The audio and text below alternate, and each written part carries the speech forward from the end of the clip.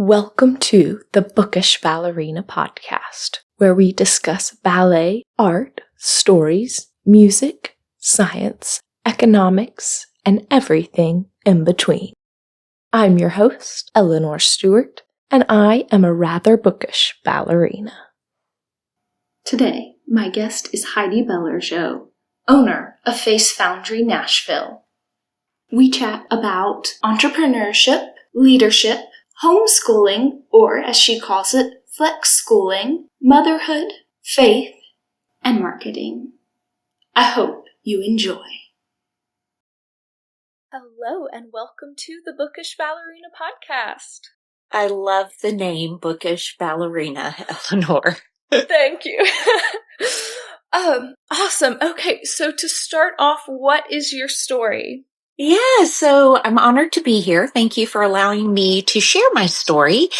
I have actually been in the beauty industry for over 35 years, so I'll kind of start there and then tie in family and some of the other elements. But Eleanor, I've always loved the beauty industry, primarily because I love wellness and I love learning. And so I think you'll see a common thread with some of the other things I'm involved in with those two descriptors, really.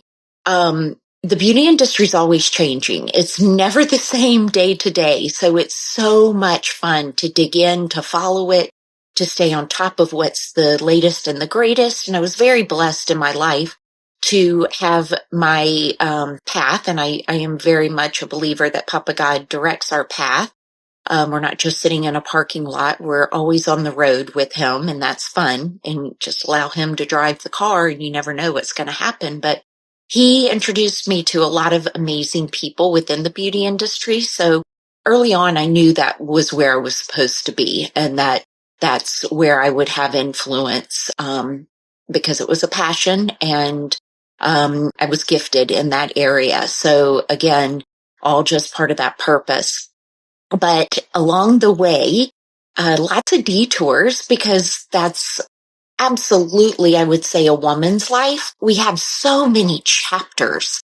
Men kind of decide what their occupation's going to be, and all the steps to that. And then they never really veer from that, where women with getting married, motherhood, if they do decide to work outside the home or work from home, there's just so many. It's almost, when we go to the bookish, I didn't even realize I used this analogy, and I didn't even realize that I'm doing it, how perfectly with you. But it's almost not even like chapters with women. It's like parts of the book. There might be 10 chapters in part 1 and then 10 chapters in part 2. So it's really fun to see it all unfold. And I love that my story and the beauty profession has weaved into everything. So when my hubby and I was in the beauty profession before we got married, I was older when I got married. I was 30. And then I say that we were late breeders. I was 34 when I had my first child, 36 when I had our second. So those pivots really stopped and started some different parts to the story, because I traveled a lot in my 20s. I was based out of the New York City office of Estee Lauder. I was the director of education and traveled internationally for that. Couldn't have done that wouldn't have wanted to. I guess I could have, but I would not have wanted to with children and a family. So in those years when I was single, that was a beautiful time to lay the groundwork for some of the other things that would come and for some of the people that I met. And then once I was married, I actually continued in that position. Estee Lauder was a fantastic company to work for. My entrepreneurial endeavors had not started yet, although the entrepreneurial spirit was absolutely there.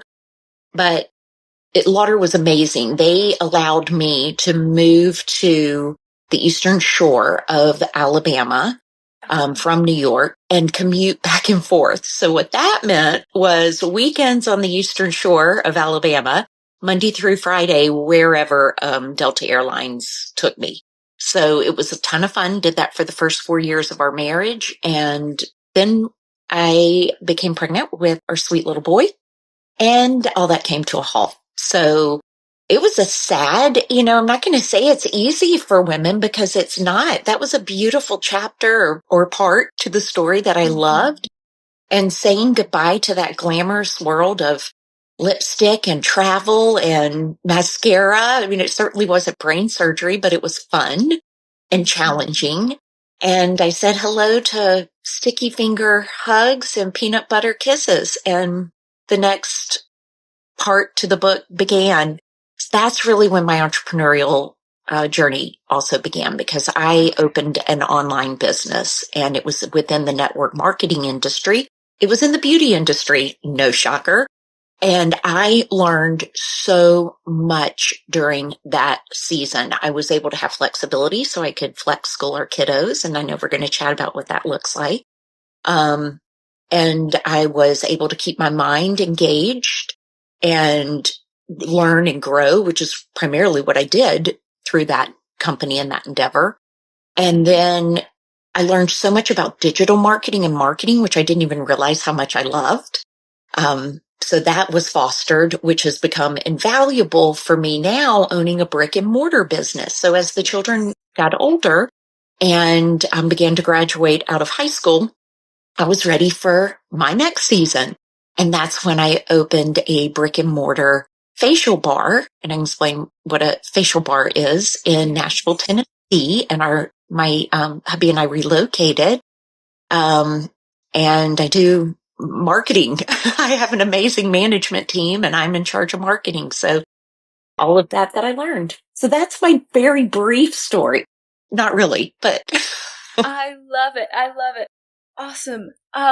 Tell us a little bit about Face Foundrie. Am I saying correctly? You are. Yes, you absolutely are. So the neat thing about Face Foundrie, we make facials, brows, and lashes affordable and accessible. And what I mean by that, so I've always loved facials. Obviously, I'm saying that to you, and I can't even keep a straight face. Of course, I love facials, but I don't love the price of them. I never liked that, I had to save up for a $250 facial. And I thought, my goodness gracious, it's over in an hour.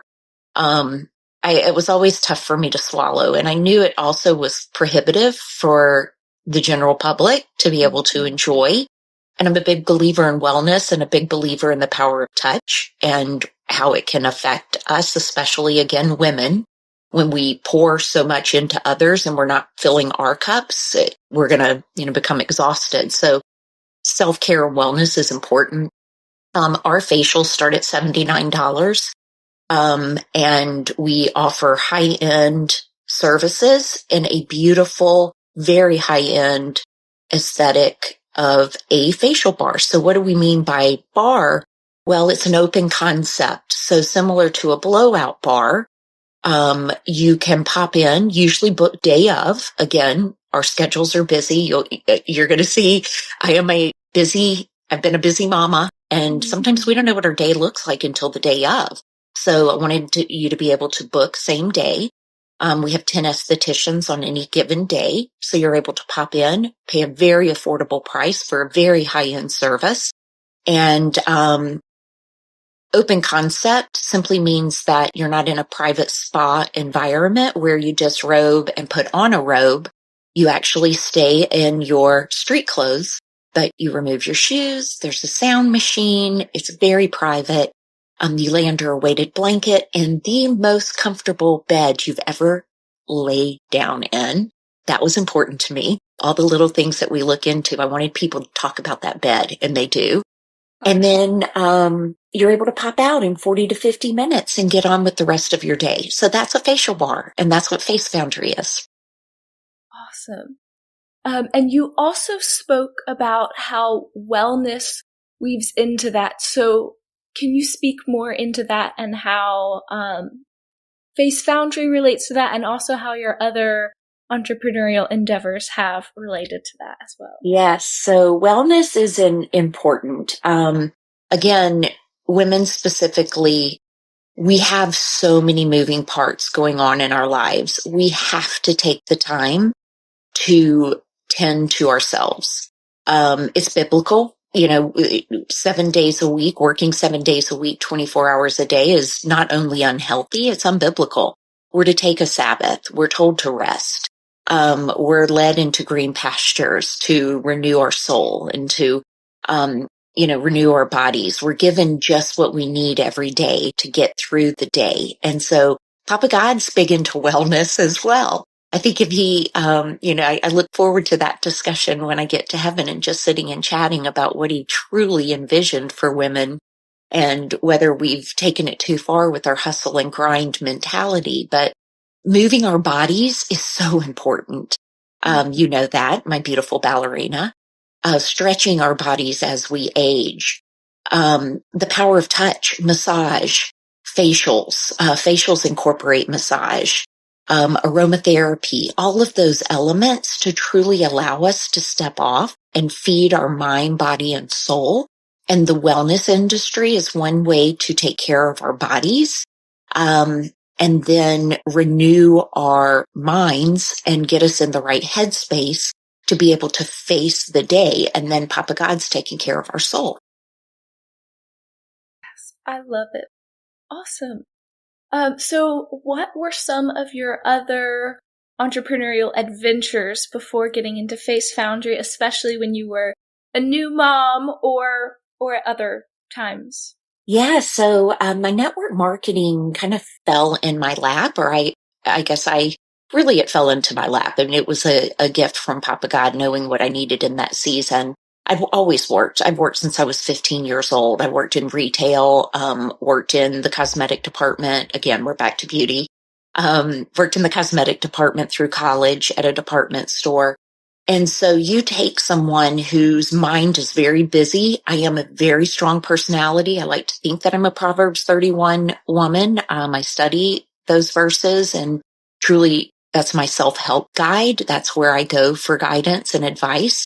And the Proverbs 31 woman was an entrepreneur. So that's another neat little fact when you look at all the things that she did, yet she also took care of her family and she took care of herself because she was told to. And so my first entrepreneurial venture, I was home with 2 children, 18 months apart, and truly doing the best that I could, yet felt like my mind wasn't being challenged and kept busy enough to the degree that I was hungry for and that I'd been used to. I mean, mind you, that if I've been working since I was 15, that's 20 years of working and being busy by the time I had children. So I was on the playground one day, and that was my community, my sense of community with other moms is on the playground. And a mom said, "Have you ever heard of rodent and fields?" And she said, "Rodent and fields." And I started laughing, and I said, "I think you're talking about Rodan and Fields." And yes, the unbelievable thing, Dr. Rodan and Fields were the doctors that created Proactive. They actually created a line for anti-aging. It was kind of like Proactive all grown up. And that line was part of the Estee Lauder companies. Estee Lauder owned that company. So I was very familiar with it from my journey with Estee Lauder. So I'm like, absolutely, I know them. I've actually met the doctors and I know their trainer. Her name's Mary, and she's wonderful. And she said, well, you might want to look into this. I don't know a whole lot. Somebody, my sister, I think it was, had reached out to her and told her about it. And I'm like, really? They're in retail. I know they're in Nordstrom. When I left Estee Lauder, they were selling in retail. And she said, no, I don't think so anymore. You need to look into it. I went home, put the kids down for a nap, got online, saw that they were offering network marketing opportunities. So basically owning your own business online and selling online through a website. And honest to goodness, I signed up within 10 minutes because I thought, this is it. This is my wheelhouse. This is what I know. This is what I love. I'll learn the rest. I am somebody, Eleanor, that believes ignorance on fire is better than knowledge on ice. I love that. Yes, that's So I amazing. had no idea about the industry, no idea where to even start, but my ignorance was going to be on fire and the knowledge would come. And I knew that. So I just jumped in and goodness, it was fun. I was with that business for 10 years. And if you think about that, that kind of got me through the kiddos till they were 15 and 16 years old. So it was beautiful. It gave me so much flexibility, allowed us to contribute to the family income. And I grew and learned a lot. I love it. Awesome.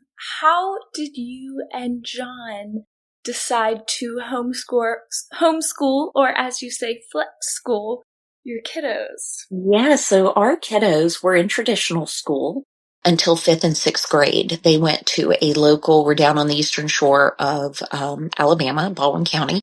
They attended a Christian school, and you're very well aware of that beautiful Christian school. And we absolutely loved it. However, we lived almost 45 minutes away. So the commute was quite something. I, again, am someone who's very, very involved. I am going to be room mom. I am going to be in charge of all the committees. So I was at the school quite a bit on top of the commute that I was doing. And I thought, okay, I'm tired. In all honesty, it was a selfish decision, but the kids were tired too. Our days were long. My daughter danced. My son played sports. So, when we left for the day, we were gone till 8 or 9 o'clock at night we didn't have time or the pleasure to be able to run home. So, in between activities. So, the days were long and I realized I did not want that for the kids. I didn't want it for myself. We were burnt out and we weren't having family dinners. We weren't having slow mornings, the things that I believe are important. And a lot was missing. So I pulled back and said, all right, we're going to try homeschool. I wasn't flex schooling yet. I was homeschooling. And I did not have a community to support me. I was not in a co-op or anything. An amazing teacher, her name is Miss Gifford at Bayshore, unbelievable teacher, met me in the Publix parking lot one night and walked me through the curriculum that she thought she knew both the kids, that she thought they would enjoy. So I ordered it all and thought, okay, kitchen table, here we come. We're going to do this. Well, I needed community. I needed a group surrounding me that I could reach into as a resource. And so that only lasted a few months. In December, I threw up an SOS and said, I need help. We're not going to be able to continue, and I want to continue if things don't change and I don't get into a community. So another friend, actually, she wasn't even a friend yet. We'd never met. Her name is Sarah Petrie. And in my phone, for the longest, I had her as godsend because Amy Gifford connected me to Sarah and said, chat with Sarah. You guys remind me a lot of each other. I think you'll hit it off. I think she'll be a good friend for you. And she may be able to guide you to a community, which was Classical Conversations. Yes. So I know, isn't it wonderful? I mean, everything. I never had to stress about anything. It was just the doors were opened. And so Sarah led us into Classical Conversations, which we remained with until the kiddos graduated from high school. And we absolutely loved it. And when I say flex school, specifically, I have to laugh with math. Okay. I don't like math, Eleanor. I'm not good at math at all. It's not my strength. I'm a creative. I love English. I love history. I love all of those wonderful, really English and history are my jam. Science and math, not as much. So I outsourced those.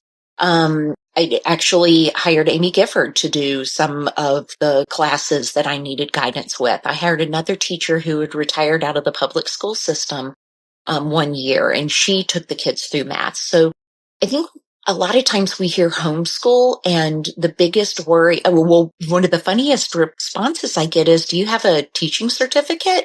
Did you go to school to be a teacher? I'm like, no, I went to school for public relations, communications, marketing. But there's so many resources, homeschooling and flex schooling simply means that you're stepping back from that locked into that schedule, someone else's schedule, and you've got flexibility. We were able to travel, which is really what I wanted.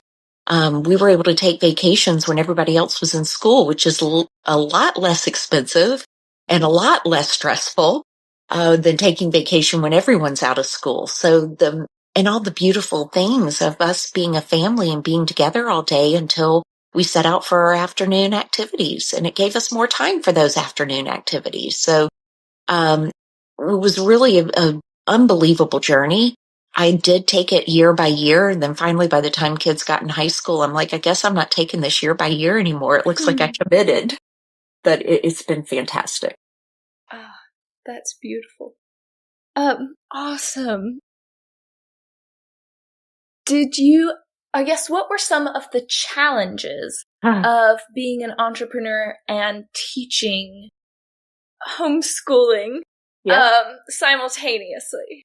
Yes. So I am very, very blessed that a lot of tabs can be open in this brain, and I'm able to multitask those tabs very, very well because yes, I was flex schooling and I was outsourcing what I needed to. However, I was doing the history and I was doing the English, which I absolutely loved. And I was the admin. So the administrative side of that, think about all the school does, with records and, especially when they got into high school with, their transcript and helping them navigate the road to scholarships and college applications and all of those things. So it definitely is a full-time commitment there and then a full-time commitment for work as well. So time stewardship, I don't like the word time management. I believe time is a gift and it's not something to be managed. It's a gift to be stewarded well. So I studied time. Actually, Estee Lauder took us through some amazing courses on time. They called it time management. I changed the name to time stewardship. And I was able to learn some very practical and tactical ways to steward my time wisely and make sure that I was also putting the do not disturb on. So that helped immensely. So anyone considering working and flex or homeschooling, I highly recommend that you find some time stewardship, time management courses and dig into those and embrace them because that will help immensely. That was one of the biggest challenges was learning how to steward the little bit of time when we only have so many, hours in a day and making sure that that time was stewarded well as being very purposeful with my time. I love it. Do you have any general advice for someone who would like to be an entrepreneur, who maybe is just starting out or playing around with some ideas? Don't overthink it. Do not overthink it. We go back to the ignorance on fire versus knowledge on ice. You're going to learn as you go. I like to say you learn as you grow. There's no better way to learn than to jump in and just immerse yourself and surround yourself with mentors that can guide and point you in the right direction. Like in Nashville, for instance, we have a group called Brain Trust, and it's female entrepreneurs. It's a community. They put you in pods, or they call it a vault. And it's a small group of 5 to 6 women that meet monthly. And we are there to mentor and support each other, bounce ideas off of each other. And then they host larger meetings for the group at large throughout the year.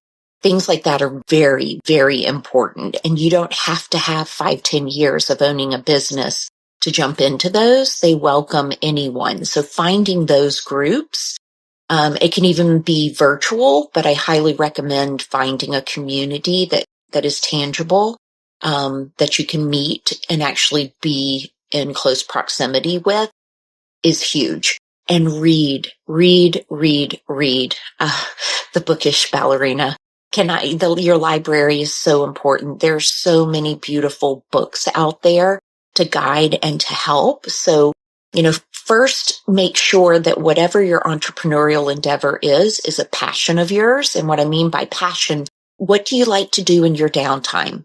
Where do you find your thoughts going in the downtime? For me, it's beauty. I am always scrolling beauty websites, reading blogs.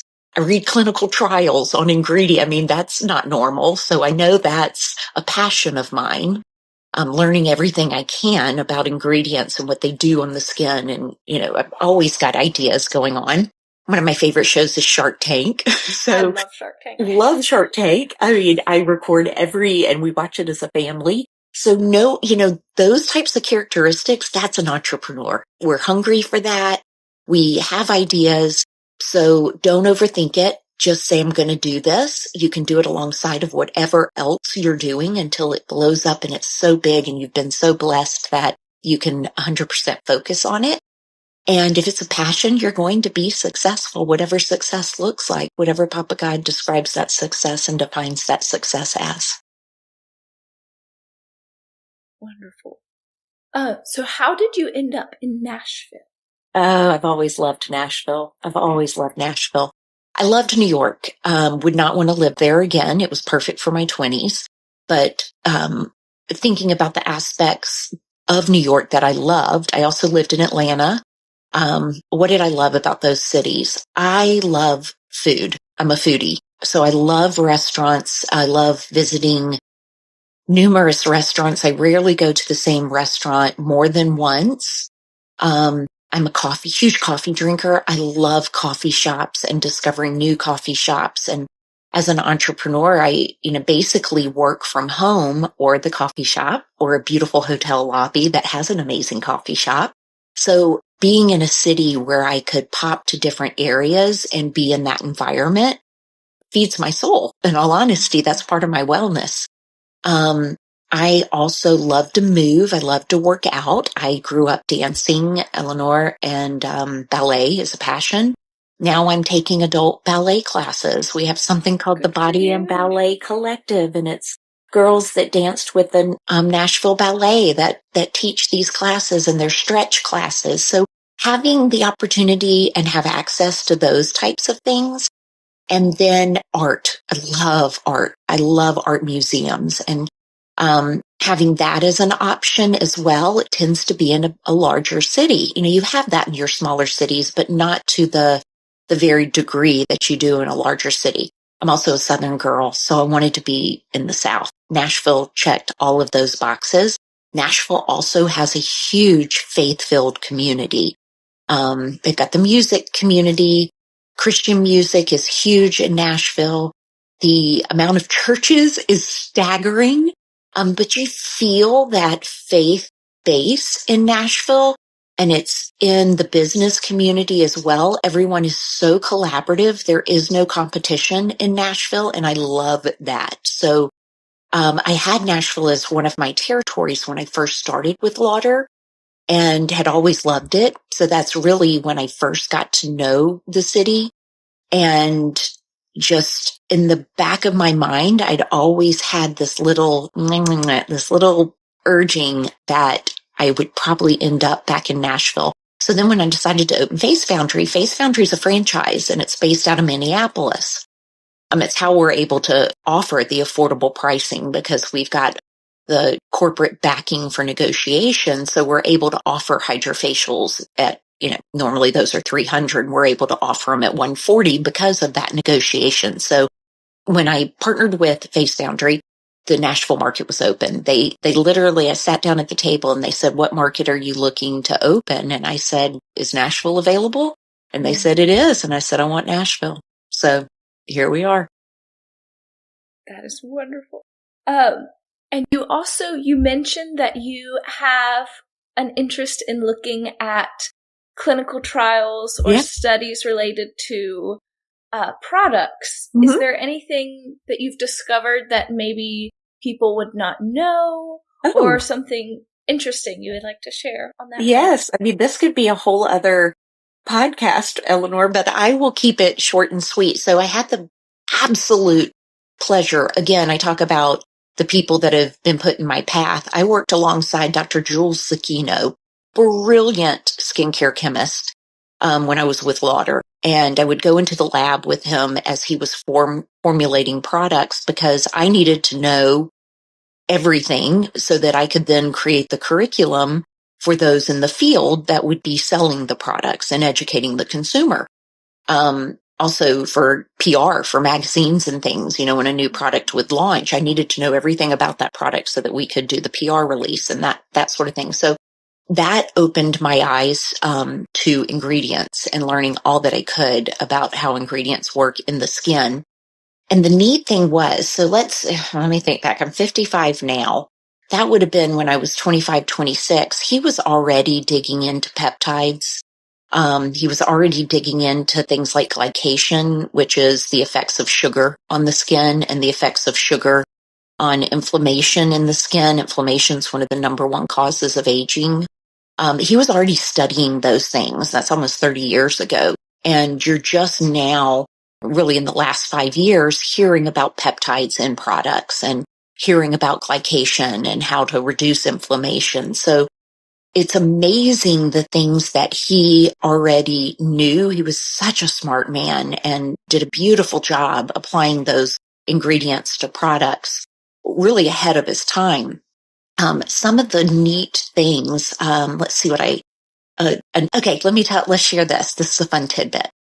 Vitamin C is one of the best antioxidants to use during the day because during the day, your the skin being the largest organ in the body, the entire purpose of the skin is to protect the inner body, keep bad things out, keep good things in. So vitamin C is one of the best vitamins or antioxidants to strengthen your skin and help in that battle. Vitamin C is SPF's bestie. They go together like peanut butter and jelly, shampoo and conditioner. So putting a vitamin C serum under your sunscreen and using a vitamin C serum every day is crucial. However, vitamin C is not a stable ingredient. It does not have stable molecules. So you have to have vitamin E alongside it. So when you purchase a vitamin C serum or a vitamin C product, make sure vitamin E is of equal concentration to that vitamin C. Otherwise, you're wasting your money and it's an unstable ingredient and thus not doing anything for your skin. So knowing ingredients like that and being able to guide people so that they don't waste money and they get results is fun. Yes. So fun. Yes. This is okay. You may or may not have a quick answer to this, and that's okay. But if someone is having frequent allergic reactions to makeup, what ingredients should be tested? Okay. Probably, I will say, if that someone is also having allergic reactions to other skincare ingredients, or no, mainly makeup? Mainly makeup, sometimes makeup remover as well. Okay. It's me. Yeah, I know it is. I know it is. But you know what? You're not alone. That's why I love you. Yes, I know. That's why I'm asking in general terms, I suppose. Yeah. No. Yeah. I mean, your question is someone else's, I promise. So the number one thing, there's a couple things probably going on. You probably have a damaged lipid barrier. 90% of people do, and they don't even realize it. And when your lipid barrier is damaged, let me first explain what that is. Lipid barrier under a microscope, it's the top layer of the stratum corneum or the epidermis. The lipid barrier under a microscope looks like a tight mesh colander. And what it does, it keeps irritants out and it keeps moisture in. Different things will damage that lipid barrier. Aggressive scrubbing, using a wrong type of physical exfoliant that just does micro tears. And as we get older, those micro tears become bigger tears in the lipid barrier. Using too harsh of ingredients will damage the lipid barrier. So the sun is a huge culprit for damaging the lipid barrier because it breaks down those cells and creates the gaps or the holes in that mesh. So there are products that can strengthen the lipid barrier, and that's what you want to look for. You're going to look for things that say like barrier repair, lipid barrier repair. ceramides are an ingredient that are fantastic. Ceramides, peptides, those types of things are wonderful. And that's what you want to look for in your skincare. There is also makeup that has, and it's because this is becoming even more prevalent and has been studied a lot, that you're seeing even more makeup lines come out with barrier repair foundations and strengthening. Those are the types of words you're going to look for, the marketing. I can send you, if you want to put it in the show notes, some really great skincare as well as some makeup that I think you would enjoy. Because what happens, even makeup that says it's good for sensitive skins, most makeup they put fragrance in. Whether it's a masking fragrance simply masks the ingredient smell that might not be pretty. So they're not putting perfume, but they are masking the smell of the ingredients, and that can be irritating to the skin. So even it's saying it's for sensitive skin or fragrance free just means there's no perfume in it. Doesn't necessarily mean there aren't other things in there trying to mask. So I will send some links and we can share with you as the host as well as with your readers. But for our listeners, I should say, for the most part, though, I'm going to say I like to get to root cause, and root cause is going to be a weakened lipid barrier. And once we can strengthen that, which it takes in young skin, which is 20s to about 35, it takes anywhere from 28 days to 2 months to repair cells. So you've got to stick with it for 1 to 2 months. And then for those of us over 35, it can get anywhere to 3 and 4 months. So for those listeners that are aging gracefully, it's just a little bit longer it's the cell cycle. So stick with it, but we can definitely heal the lipid barrier of the skin, and find some products that will love the skin and not further irritate. Wonderful. And then you spoke about aggressive exfoliants. So what are some examples of that? And then some examples of a more gentle exfoliant as well? Yes. So aggressive exfoliants would be like an apricot scrub. An apricot scrub is an irregularly shaped shell, and it tears the pores and it tears the skin. Think about your pores are like little tiny half moons. And if you're rubbing an exfoliant, your physical exfoliant, and what I mean by physical is what you're physically applying to the skin, it should have little tiny round beads so that they travel beautifully in and out of a pore and they don't tear, stretch, or scratch the skin. And so apricot, I don't want to mention brand names. I never will do that, but I want you to be careful when you're at the drugstore and make sure some things you might want to look for are like micronized beads. That means it's been broken down, and you even want more of a soft squishy because it's traveling in and out of a pore. Anything hard, so be careful of sand. Be careful even of salt. That can scratch and cause micro tears in the skin. Honey is a fantastic exfoliant. Honey is a chemical exfoliant that loosens, it works, we call it an enzyme exfoliant because it works like a little Pac-Man dissolving the dead skin. So you put honey on your skin. You can find masks with honey. You can find honey scrubs. Let them sit for a few minutes so the enzyme can really do its thing and loosen the dead skin, and then remove with a cold, wet washcloth. Fabulous for exfoliation.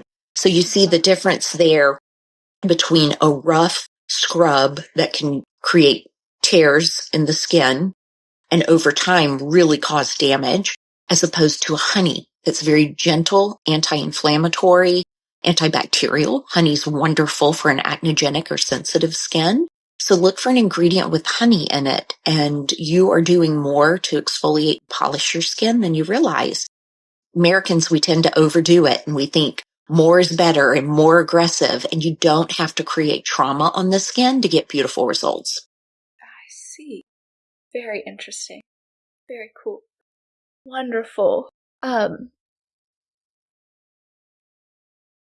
So going back to the homeschooling, flex schooling side of things here, hang on. I'm going to see if I can fix my camera.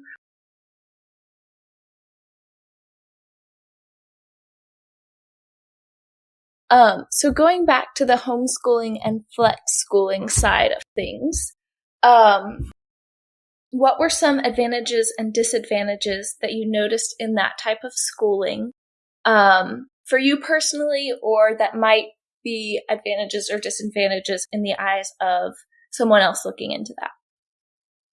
The advantages so far outweigh the disadvantages, honestly. There definitely are a few disadvantages, and I'll touch on those. The advantages, though, is the flexibility in your calendar, the flexibility in your day, being able to tailor to the interest of the child.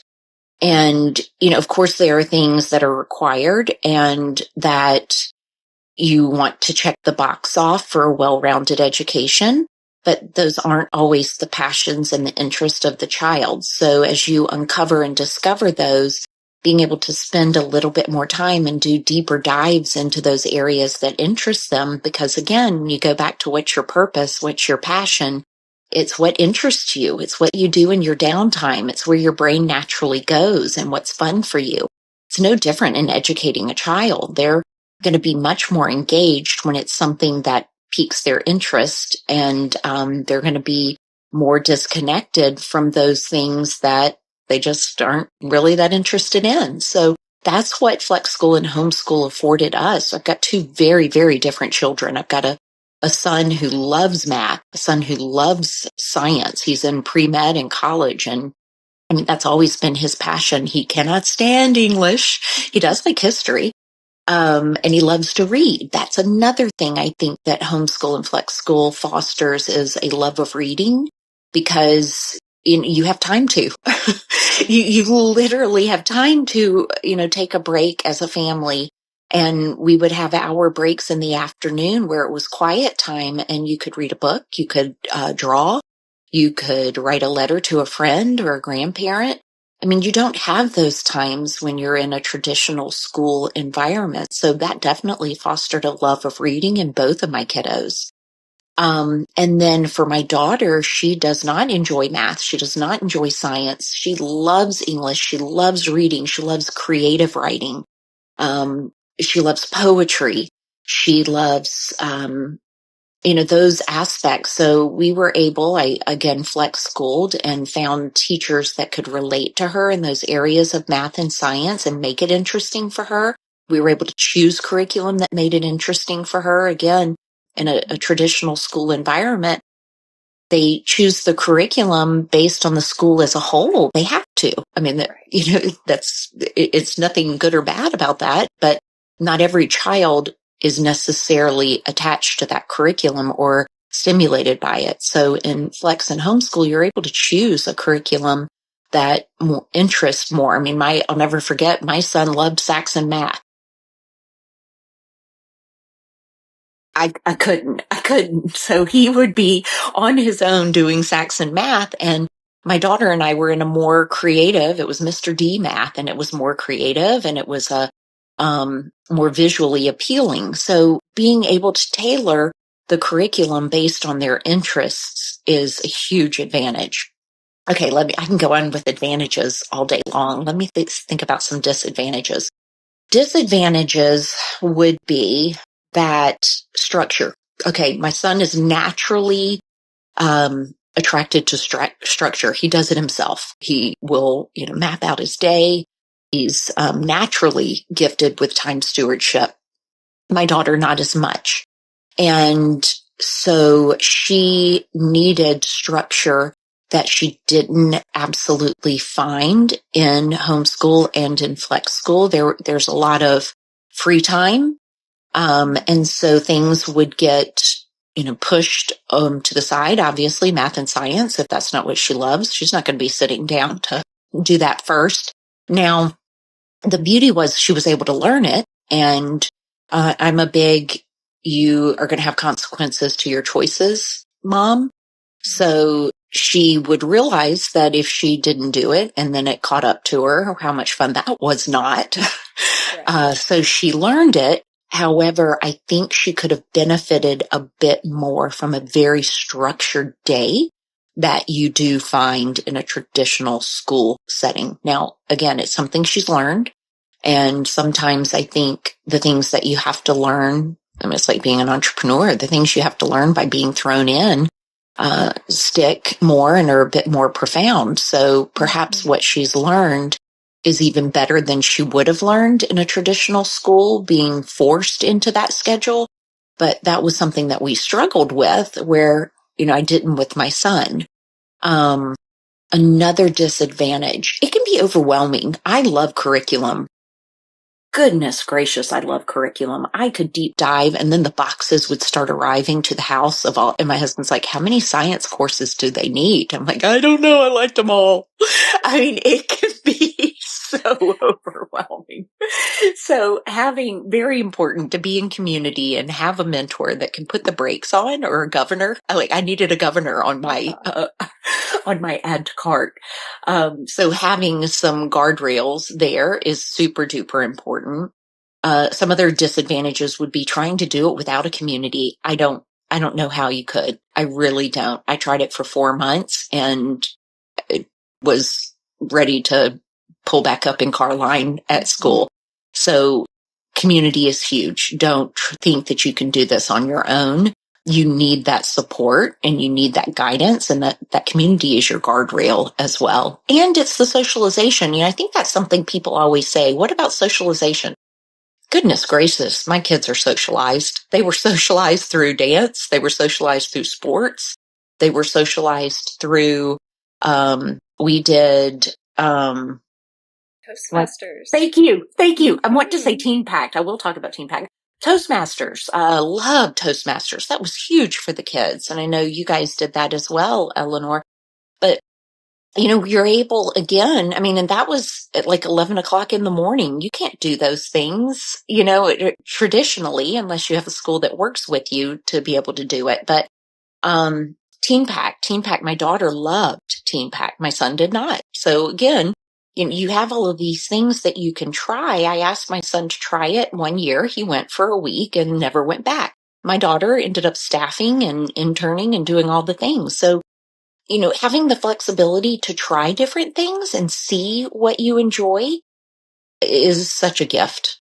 So my kids were very socialized. And another thing that I think we hear a lot is, well, you're indoctrinating them. Heck yes, I'm indoctrinating them. Either the world's going to indoctrinate them or I am. And I'd rather do it with my faith, my belief, our core values as a family than have the world do that. So yes, they're socialized, they're indoctrinated, and they have a very firm foundation and a fantastic education. I love it. You've spoken, weaving in a little bit about your faith, but is there anything else you would like to add about your faith and how that's guided you? Anything else in that realm? Papa God is everything. Papa God is everything. I could not imagine getting through a day as a business owner, as a mom, as a homeschool, flex school mom. I just could not imagine the peace that lies beyond understanding, and having that faith and that hope is amazing. You're going to have trials. But my faith teaches me to learn to kiss the wave that slings you against the rock. The waves are coming. So being able to look at the trials and find joy in them, because that's where your biggest growth happens, that all comes from my faith. Every morning I spend quiet time with Jesus, cup of coffee and Jesus, and that's part of that time stewardship. My days off. There are days that I miss it and I jump up and I hit the ground and I'm going because the calendar's full, and my day's off. So if I don't take that time and really get my mind right and my heart and my soul, then everything else is off. So having that beautiful, firm foundation and realizing we need a shepherd, we're just sheep, and that we need a shepherd to guide us. And he will. All we have to do is ask. It's so beautiful. I just don't even understand. And it's so much fun because the beauty industry is not one that's traditionally filled with believers. So I know that Papa God placed me in this industry for a reason. I'm often asked, "You're so happy. You're always happy. Do you ever get upset?" I'm like, I wouldn't say I'm happy. I'm filled with joy. And my joy comes from my faith and my belief. It's a choice, and it's a fruit of the Spirit. And the Spirit is a gift that I am given because of my faith. So I choose to have joy. Am I always happy? No. Sad things happen. I have setbacks. As a business owner, lots of bad things happen, and they can pop up at any given moment. I mean, I could get off this call and check email, and, the fire could have started. And I mean, fire, not literally, but figurative fire. And I've got something to take care of that needs immediate attention. But choosing joy through all of that comes from my faith. Absolutely. John and I we have an LLC that all of our businesses fall under. My hubby's a dentist and he had 3 dental practices, but our LLC that all of our businesses are under is called Salt and Light. And anytime we're in negotiations or we're working with an attorney or we're talking to a developer about opening another store, they always ask, "So tell me about Salt and Light. I see your LLC is Salt and Light." And it gives us an opportunity to say we're called to be salt and light in this world. We're called to be an absolute light, to be positive, to be kind, and to show others love. And so any way that we can share why we have such deep joy and love people the way we do is just an opportunity and truly to fulfill our absolute purpose. I'm able to fulfill the absolute purpose of sharing Jesus' love and him as our savior. And I'm just able to do it through the beauty industry. I'm able to do it through Cleanser, which is fun. Yeah, I love it. Mm-hmm. Wonderful. Well, I always end the interviews with the same 2 questions. Oh, okay. So the first of those is, what is one thing you are learning or learning about right now? Right now, I'm learning about customer service. So I am reading a fantastic book, and I know I'll have to send you the link to it. But it's about an uncommon customer experience, and I love customer service. I believe it sets any business apart.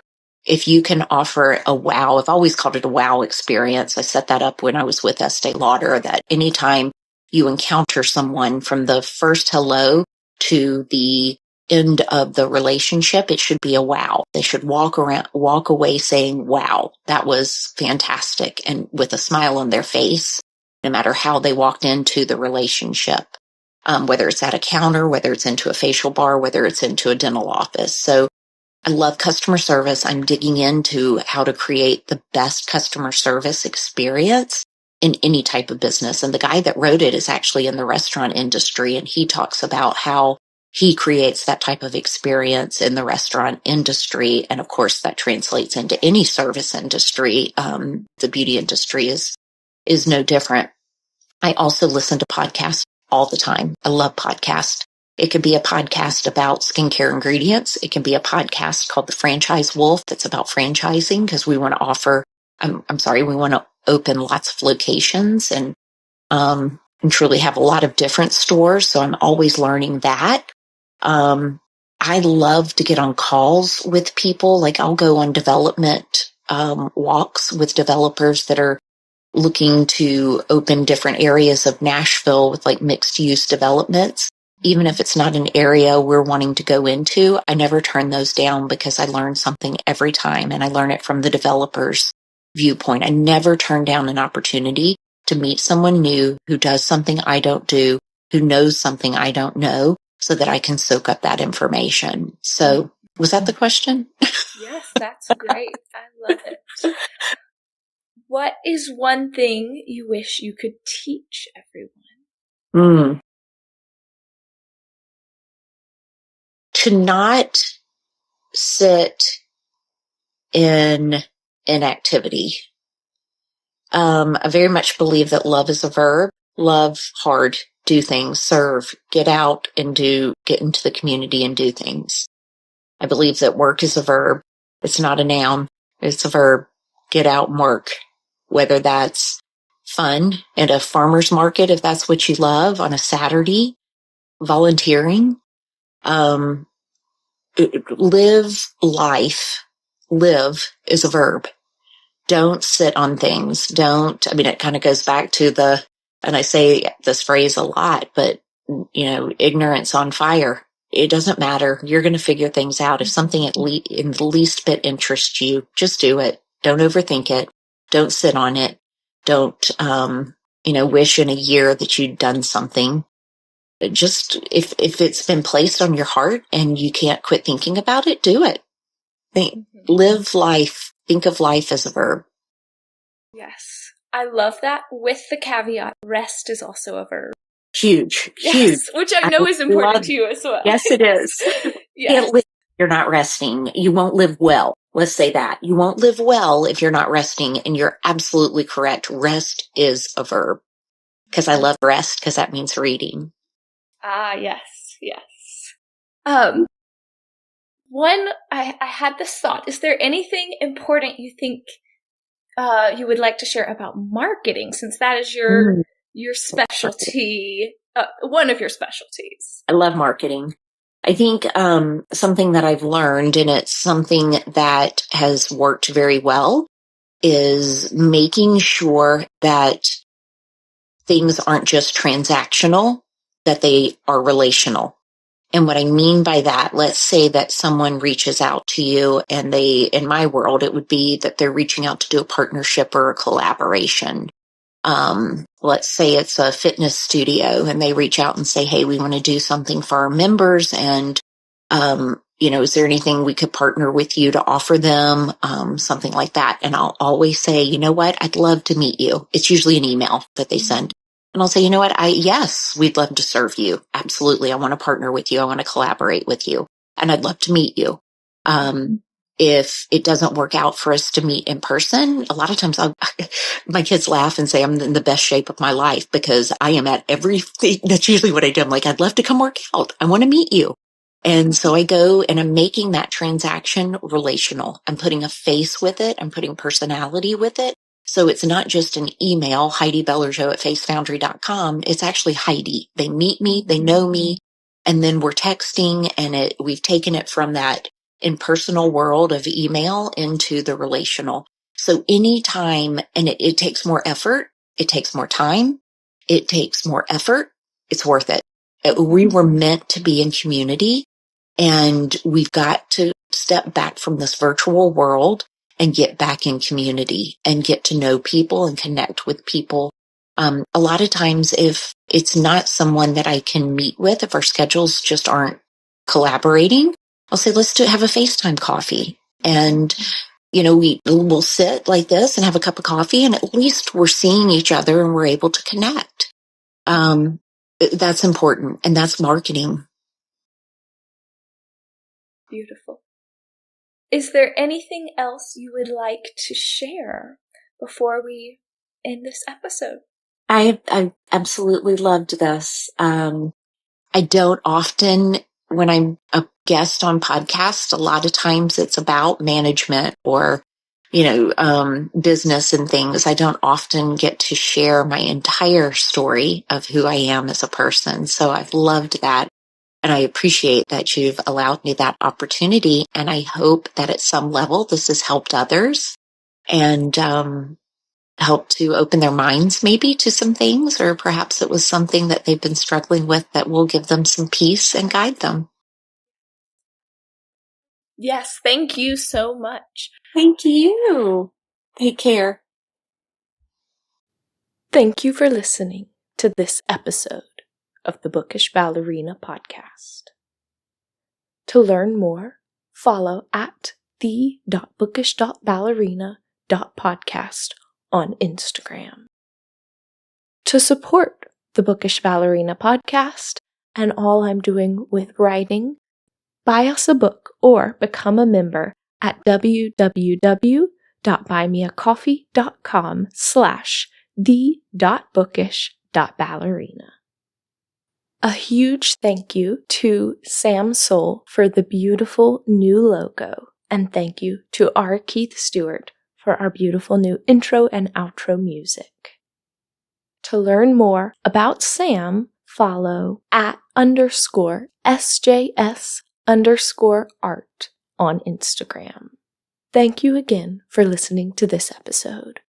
We hope you enjoyed it and that you will consider subscribing, following, leaving a rating or review, or liking this video or podcast on whichever platform you are listening. See you for the next episode.